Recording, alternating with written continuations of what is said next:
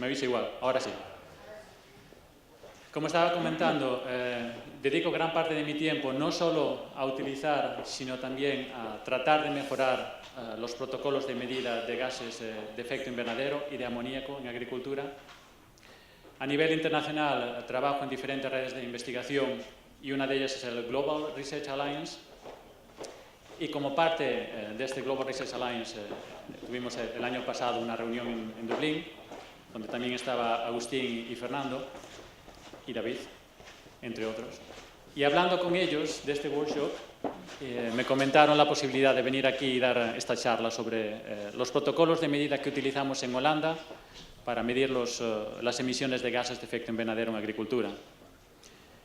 Y lo primero que os quiero comentar, el primer mensaje que os quiero dar, es que no existe un protocolo único que se pueda utilizar para medir los gases de efecto invernadero en todas y cada una de las fuentes de emisión que nos podemos encontrar en la agricultura. Desgraciadamente, no existe este protocolo único.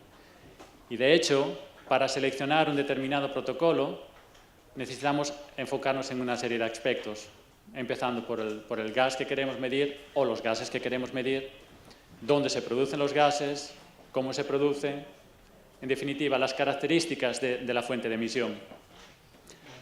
Otro factor a tener en cuenta es el objetivo de las medidas. ¿Por qué queremos realizar un determinado tipo de medidas? ¿Por qué queremos medir un determinado gas en una determinada fuente de emisión? Y por último, en muchos casos lo más importante, los recursos disponibles en el centro de investigación que va a realizar las medidas. Y en esta presentación me gustaría enfocarme en estos tres aspectos de forma diferente. Me gustaría empezar identificando los gases que queremos medir y como ya sabéis, para comparar las emisiones de gases de efecto invernadero lo que utilizamos es el término de equivalentes CO2 y como podéis ver en esta figura, os pongo el ejemplo de España y de Holanda porque son los que más me atraen en este momento. Pues el gas predominante cuando nos referimos a los gases de efecto invernadero, como es obvio, es el dióxido de carbono, seguido del metano y del óxido nitroso.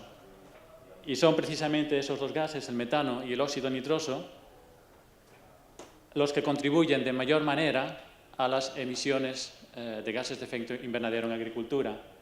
De hecho, si nos fijamos en estas gráficas de nuevo para España y para Holanda, el sector de la agricultura contribuye con aproximadamente el 10% de las emisiones en España y un poco menos, el 8% en Holanda.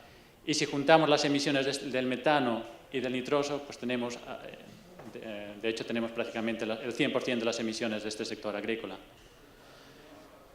Si nos centramos en el sector de la agricultura, las principales fuentes de emisión de metano y nitroso son, en primer lugar, la fermentación entérica, que da lugar a la formación de metano, en particular en ganado vacuno, un poco menos importante, pero aún considerable en la cabaña equina, caprina, porcina y ovina, y es prácticamente irrelevante en el sector avícola. El segundo sector a considerar es el sector de la gestión de estiércoles, de purines, y en este caso lo que nos tenemos que enfocar es en diferente manera con la que se puede gestionar el estiércol, de forma líquida o de forma sólida, y según esa manera de gestión tendremos emisiones de metano o de óxido nitroso. Y el tercer sector a considerar es el sector de los suelos agrícolas. Y en este caso nos centramos en la emisión directa o indirecta del óxido nitroso al aplicar el estiércol, fertilizantes, purines en los suelos agrícolas. Y de estos tres sectores, el que más ha contribuido en España a las emisiones de efecto invernadero, de gases de efecto invernadero en agricultura, es el de suelos agrícolas, con aproximadamente la mitad de las emisiones, seguido de la fermentación entérica y la gestión de estiércoles. En Holanda la situación es bastante parecida, aunque se modifica un poco el efecto de los diferentes sectores. El que más contribuye en Holanda es la fermentación entérica, en particular el ganado vacuno, seguido de los suelos agrícolas y la gestión de estiércol. Un punto importante a tener en cuenta es que tanto el nitroso como el metano no solo se producen a nivel de establo, debido a la fermentación entérica o a la gestión del estiércol dentro del establo, sino que también se pueden producir durante el pastoreo, durante el almacenamiento del estiércol, fuera del establo, de forma líquida, de forma sólida, compartimentos abiertos, compartimentos cerrados, durante el tratamiento de este estiércol en plantas especializadas o durante la aplicación en suelos agrícolas. Y además existe una gran variedad de sistemas, de hecho, que se pueden aplicar en cada una de estas secciones de la cadena de gestión del estiércol. Como, por ejemplo, para empezar, para daros algunos ejemplos, en el caso de los establos, un punto a tener en cuenta, desde luego, es el tipo de animal que queremos medir. ¿Y por qué es importante tener esto en cuenta? Por la fermentación entérica. Dependiendo del tipo de animal, sabremos si tenemos que medir esta fermentación entérica, porque es muy importante, como en el caso de las vacas, menos importante, como en el caso de los cerdos, o irrelevante, como ya he comentado, en el caso del sector avícola. Y la gestión del estiércol dentro del establo, en algunos casos es de forma líquida, produciendo metano, en otros casos es de forma sólida, produciendo metano y nitroso. En la gestión del estiércol, en el almacenamiento del estiércol fuera del establo, nos encontramos con la misma situación. Podemos almacenar el estiércol de forma sólida, como ya comenté, de forma líquida en compartimento cerrado, que es muy típico en Holanda, de forma líquida en compartimento abierto, que es bastante típico también aquí en España, o como una mezcla de estos compartimentos. En cuanto a las plantas de tratamiento del estiércol, el mayor problema es que dentro de la misma planta nos podemos encontrar con un montón de fuentes de emisión. Y aquí os pongo el ejemplo de una planta de tratamiento anaerobio. Si queremos intentar medir las emisiones de esta planta de tratamiento anaerobio, lo primero que nos pasa por la cabeza es medir las emisiones del reactor anaerobio, las posibles fugas. En principio es un reactor cerrado, pero tiene fugas, concentraciones altas. La primera idea es tratar de medir esas emisiones. Pero con eso no es suficiente. En esa planta tendríamos que también medir las emisiones del estiércol, de los purines, antes de entrar en el reactor anaerobio, de los productos que se utilizan para mejorar este tratamiento anaerobio, de los productos que se producen después del tratamiento anaerobio. Y como veis en estas figuras, en ciertos casos estos productos se almacenan en un compartimento cerrado, en otros casos en compartimento ventilado de forma mecánica y en otros casos al aire libre.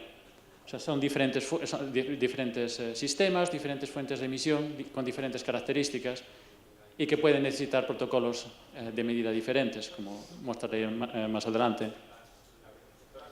A nivel de aplicación, pues también tenemos un gran número de sistemas, diferentes sistemas de aplicación. Podemos aplicarlo en diferentes tipos de vegetación, en diferentes tipos de suelo. En definitiva, un gran número, una gran variedad de sistemas donde podemos tener fuentes de emisión de metano y de nitroso. Pero como ya comenté al principio, a la hora de seleccionar un determinado protocolo de medida, no solo es importante saber cuáles son los gases y dónde se producen. Otra pregunta importante es el objetivo de las medidas.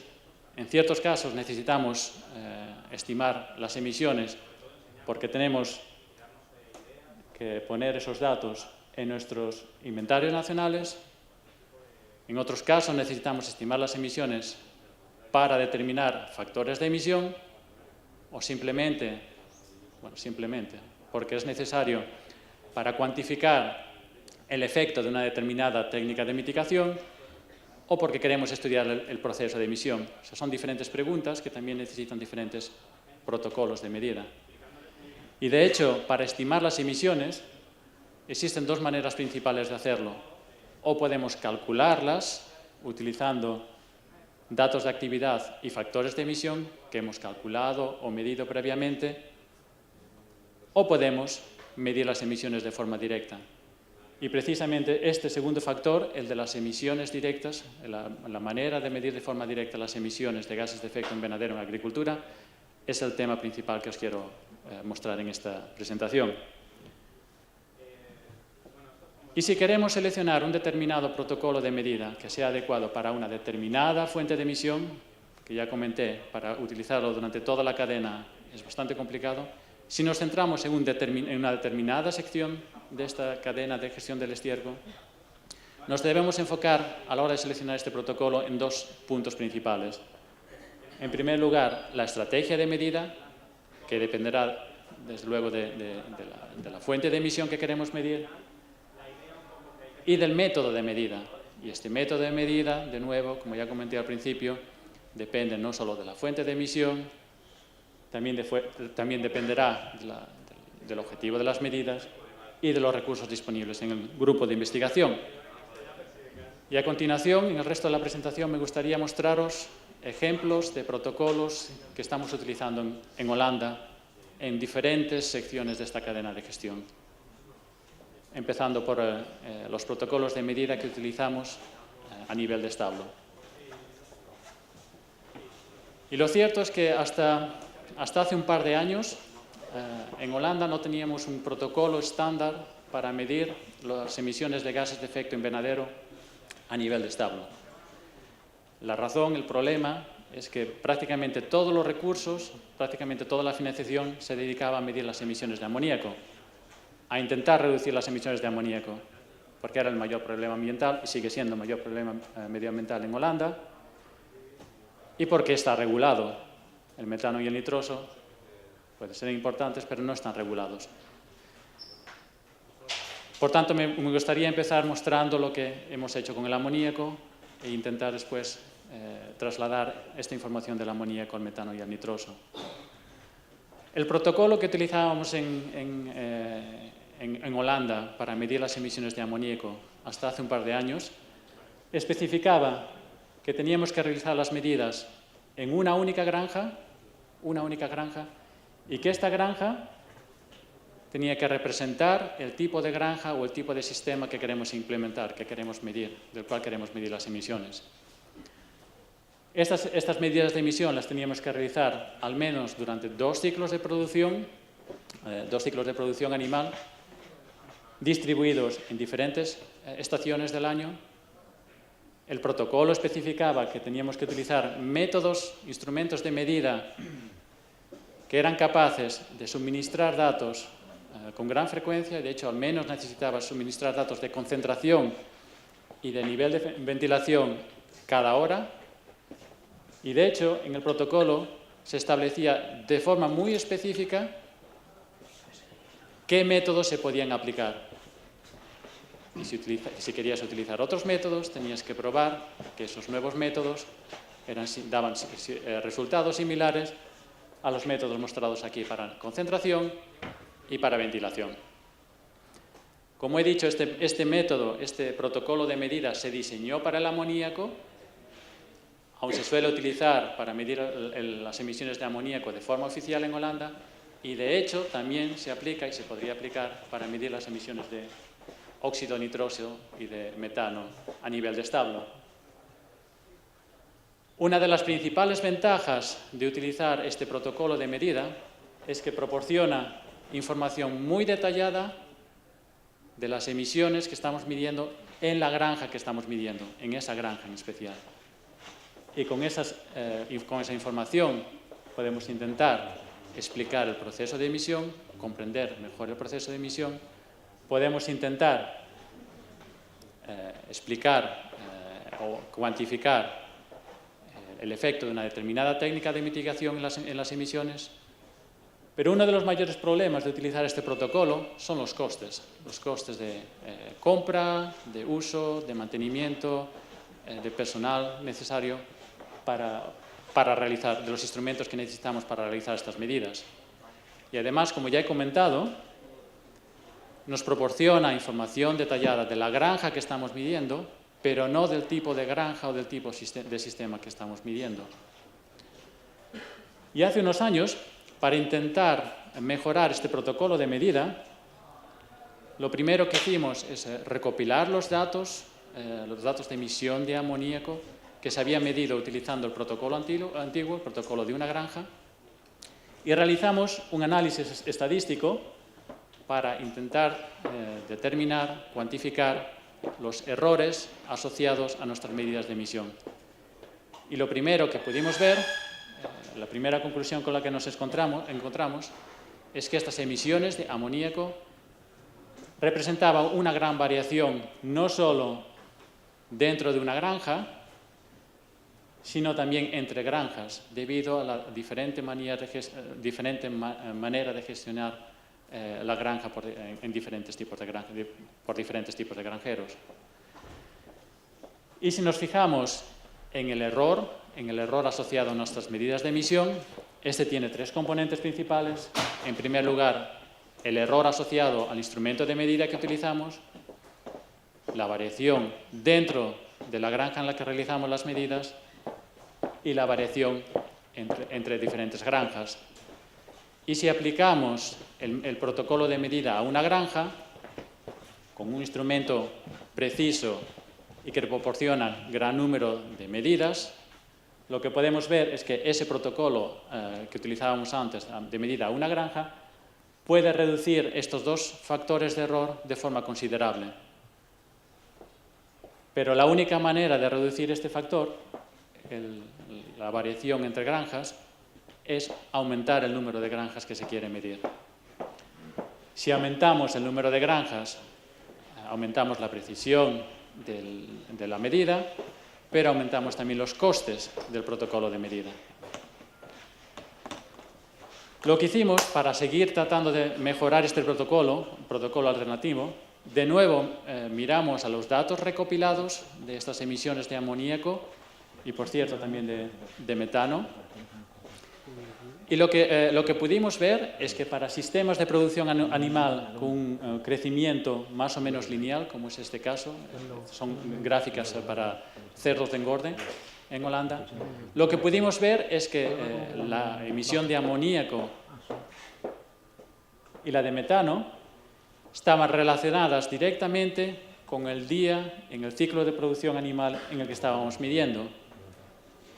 Y, por tanto, que no es necesario el medir todo el ciclo de producción animal.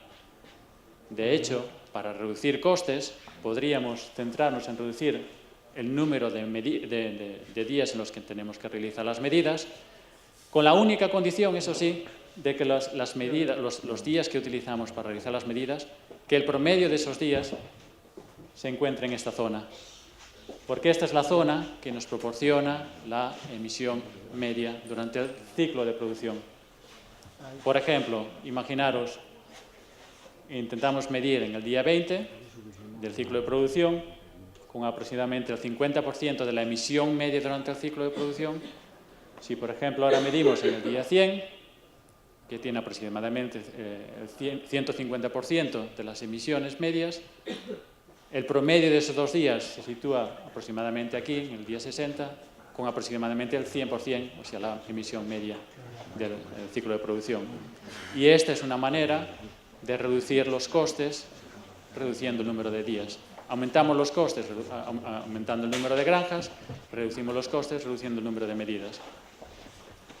La siguiente pregunta que nos planteamos es, podemos reducir el número de días sin perder precisión en la medida. Podemos ir un poco más lejos y reducir también la duración de la medida. En vez de medir durante un día, intentar medir durante 1 hora en el día. Y como muestro en esta gráfica para el amoníaco y en esta para el metano, si intentamos hacer eso, incrementamos en gran medida el error asociado a nuestro protocolo de medida. Con lo cual, la conclusión que tuvimos en este protocolo alternativo, la sugerencia que hicimos, es no intentar medir únicamente 1 hora al día, sino intentar medir al menos durante 24 horas.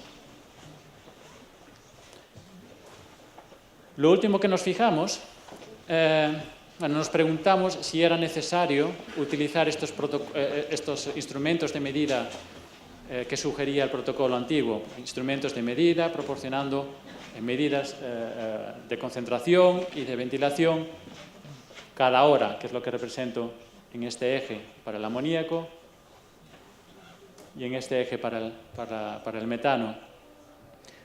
La idea es necesario utilizar este tipo de método o es suficiente, por ejemplo, con utilizar métodos de medida que nos proporcionen quizás más imprecisos, un resultado más impreciso a nivel de concentración, resultado más impreciso a nivel de ventilación, pero que son más sencillos, más baratos, una buena manera de reducir costes. Y de hecho lo que vimos es que si utilizamos este método promedio sobre 24 horas, en vez de medir cada hora, que de hecho ambos métodos nos dan el mismo resultado. Recopilando la información que os he dado hasta ahora para este protocolo alternativo, lo que vimos es que era posible utilizar un protocolo alternativo de medida para el amoníaco, que este protocolo de medida nos daba una precisión incluso mayor que el protocolo antiguo de una granja, sin incrementar los costes de medida. Y este protocolo de medida, de hecho, se utiliza en Holanda desde el 2010, de forma oficial, no solo para medir el amoníaco, sino también para medir el nitroso, el metano, partículas y olores a nivel de granja. Y este protocolo está basado en medidas, la sugerencia que hicimos para este protocolo es basarlo en medidas en 4 granjas. En cada granja medimos 6 días al año y estos 6 días los tenemos que distribuir de forma uniforme durante el año, en diferentes estaciones del año y en caso de ser necesario, durante el ciclo de producción animal. Y además, como ya comenté en las últimas slides, transparencias, no necesitamos utilizar un instrumento muy preciso para realizar estas medidas. Os quería mostrar un ejemplo de cómo aplicamos este protocolo de medida a nivel de establo. En este caso os pongo el ejemplo de los pollos de engorde. Los diferentes ciclos de producción animal en el año, las 4 granjas que vamos a medir, en cada granja con diferentes símbolos, las diferentes medidas que realizamos, cómo se distribuyen estas medidas a lo largo del año en diferentes ciclos de producción y a lo largo del ciclo de producción. Y de hecho, si recopilamos todos estos datos de las 4 granjas, 6 medidas por granjas, y los recopilamos en una especie de ciclo de producción ficticio, lo que vemos es que todas estas medidas estarían distribuidas de forma uniforme en este ciclo de producción y nos podrían dar una emisión, un resultado preciso de nuestra medida de emisión, sin necesidad de medir diferentes ciclos de producción continuamente. El último protocolo que os quiero mostrar, el tercer protocolo que os quiero mostrar a nivel de establo, es el denominado case control, protocolo case control. Este protocolo necesita al menos tener 2 establos dentro de la misma granja que son similares, no solo a nivel de diseño, sino también a nivel de gestión de temperatura, de ventilación, de alimentación, y los animales en estos 2 establos se tienen que encontrar en el mismo estadio del ciclo de producción para poder comparar los resultados de forma adecuada. En uno de esos establos ponemos el sistema que queremos medir, en el otro el sistema de referencia del tipo de animal que queremos medir. Una de las ventajas de utilizar este protocolo de medida es que al tener los 2 establos dentro de la misma granja se reducen los errores o la variación de las emisiones entre diferentes granjas, porque la gestión es la misma en esos 2 establos. Además, se puede aplicar de forma bastante sencilla para granjas de cerdos y para el sector avícola, y es más complicado utilizarlo en sistemas con ganado vacuno, porque generalmente, al menos en Holanda, no hay granjas que posean 2 establos idénticos con animales en el mismo ciclo de producción, etc. Este protocolo lo realizaron conjuntamente diferentes institutos de Holanda, Alemania y Dinamarca. El documento, este informe, es público y lo podéis bajar utilizando este enlace. A nivel de instrumentación, pues también hay diferentes instrumentos que se pueden utilizar tanto para medir la ventilación como para medir la concentración de los gases. A nivel de ventilación, si tenemos un sistema, un establo ventilado de forma mecánica, generalmente lo que se suele utilizar es el anemómetro calibrado.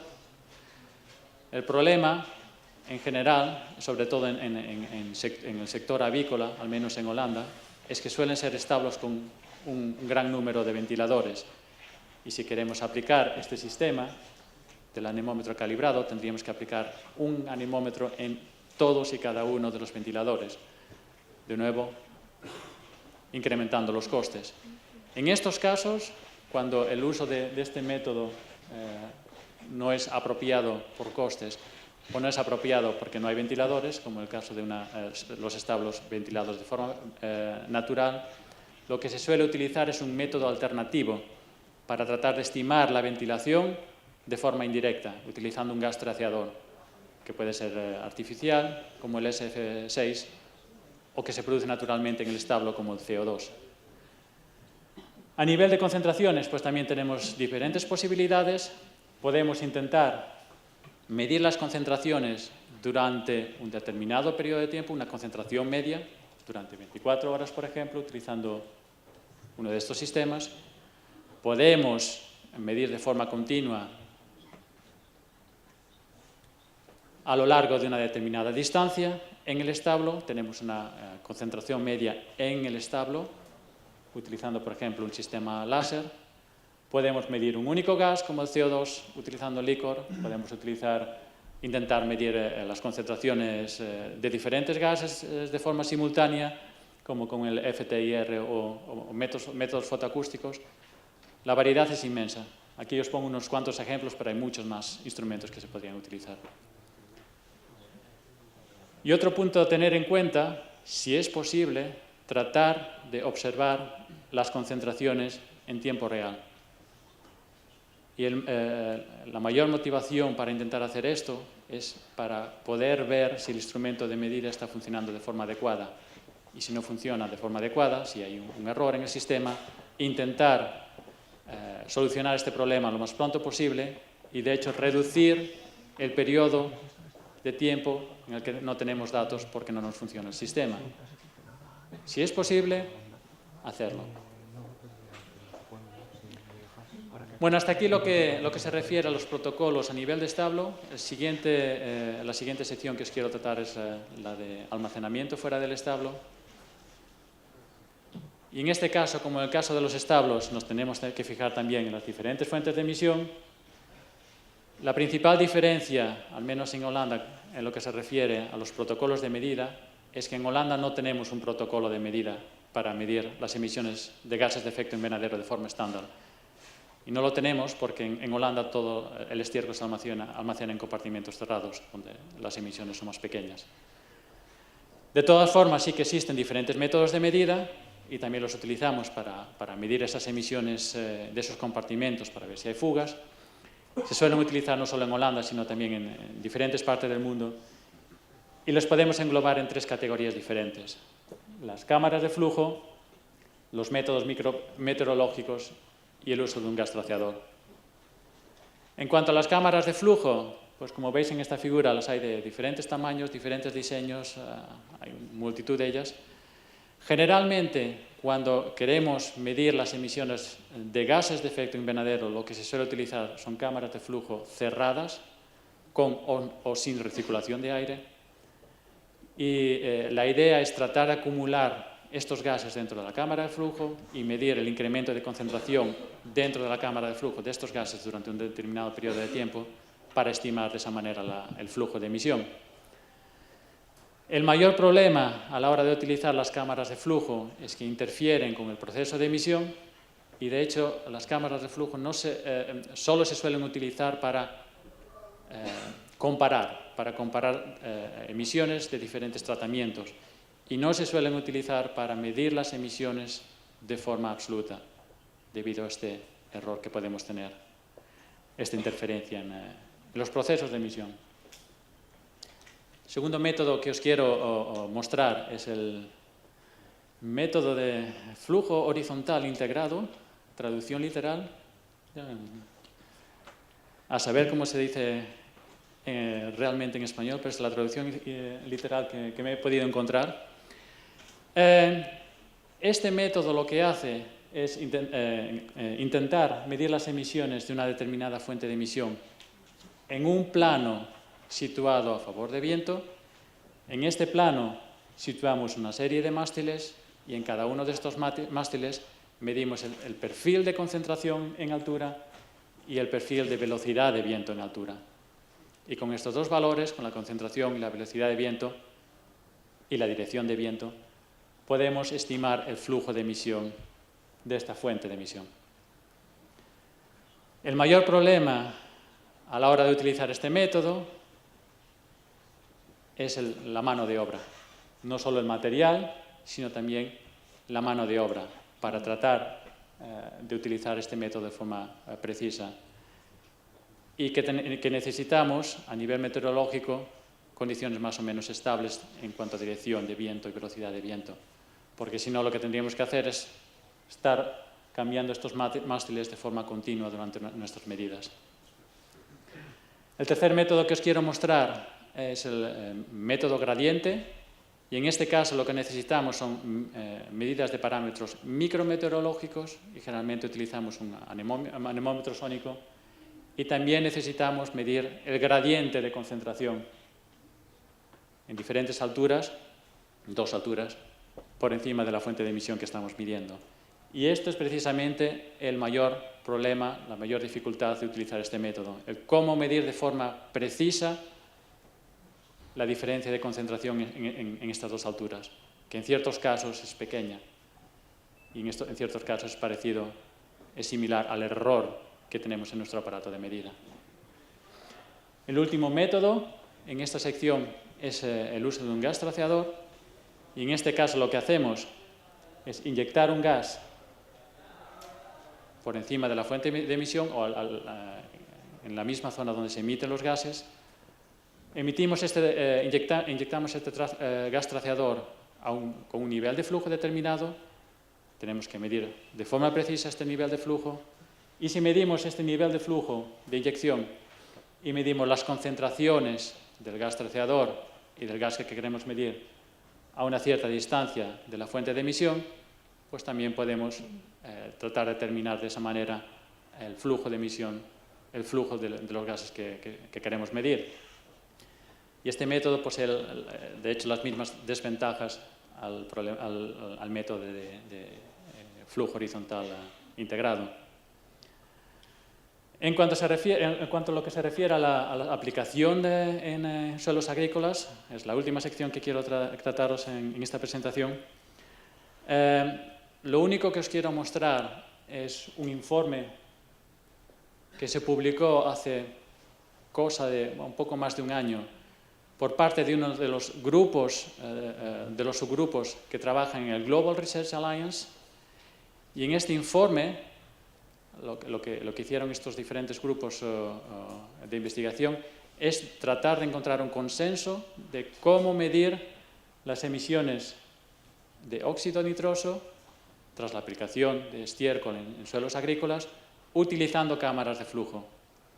Y en este informe lo que nos da es información sobre los requisitos necesarios para diseñar la cámara de flujo, cómo aplicar la cámara de flujo para realizar las medidas de campo, cómo recoger los datos, cómo tratar los datos para obtener una medida de emisión precisa, y además nos proporciona información sobre el número de medidas que deberíamos aplicar para intentar minimizar la variación tanto espacial como temporal de estas emisiones de óxido nitroso.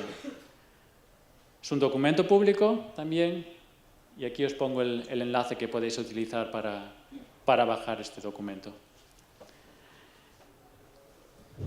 Y hace un par de días me encontré con un artículo bastante interesante, porque, de hecho, muestra lo que acabo de mostraros ahora, las diferentes técnicas de medida, de concentración, técnicas de medidas de emisión, de gases de efecto invernadero en agricultura. Es muy interesante, os recomiendo que lo leáis, y de nuevo aquí os pongo el enlace que podéis utilizar para bajarlo. Me gustaría terminar recordando el mensaje que os comenté al principio de la presentación, que no existe un protocolo único para medir todos los gases, para medir todas las fuentes de emisión, que la selección de un determinado protocolo de medida depende de diferentes factores, de las características de la fuente de emisión, de los objetivos de las medidas, de los recursos disponibles en el grupo de investigación, que si es posible deberíamos tratar de realizar un enfoque integral del problema, es decir, no enfocarnos únicamente en un gas, sino tratar de medir más gases de forma simultánea y, de hecho, no únicamente los gases de efecto invernadero, sino también, por ejemplo, el amoníaco, olores, etc. Y tratar, si es posible, también de medir diferentes estadios de este ciclo de gestión del estiércol. Además, como ya pudisteis ver en la información que os he dado de los protocolos a nivel de establo, el protocolo no es estático, va cambiando, va evolucionando y va evolucionando a medida que tenemos más información del proceso de emisión, a medida que tenemos más recursos para poder realizar más medidas, para realizar estos análisis estadísticos. El protocolo de medida va variando y me gustaría que entre todos y con esta información que intentemos utilizar estos protocolos de medida, es importante, pero lo más importante no solo es utilizar los protocolos de medida, sino intentar improvisar, intentar crear nuevos protocolos de medida, ver formas de mejorar estos protocolos de medida. Muchas gracias por vuestra atención.